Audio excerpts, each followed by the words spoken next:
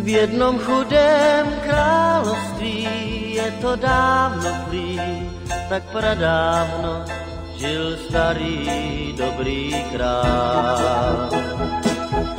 Neměl velké bohatství, přesto jedenkrát, když přilít čas, tak uspořádal bál.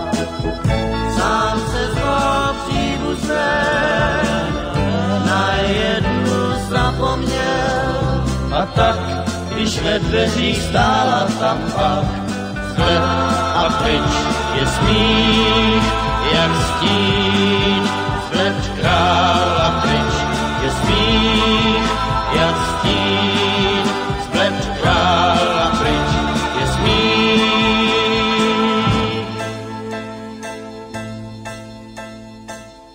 Nálada je povadlá jako růže květ, když přejde mráz a z kolébky jde pláč. Nepozvaná příbuzná rychle přiskočí, šátkem otírá slzy královské. Šípkovou růženkou tvé dítě nazývá, a věz, za 16 let přijde k vám kněz, roh i růži dá, jak stín, vzhled král a pryč je smích, jak stín, vzhled král a pryč je smích.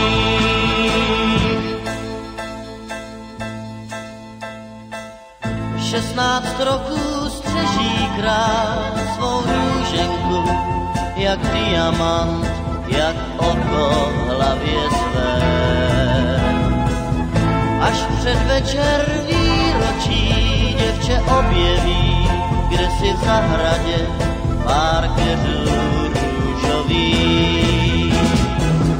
Růženka šípková růžím přivoní a trn si do prstu bodne a spí.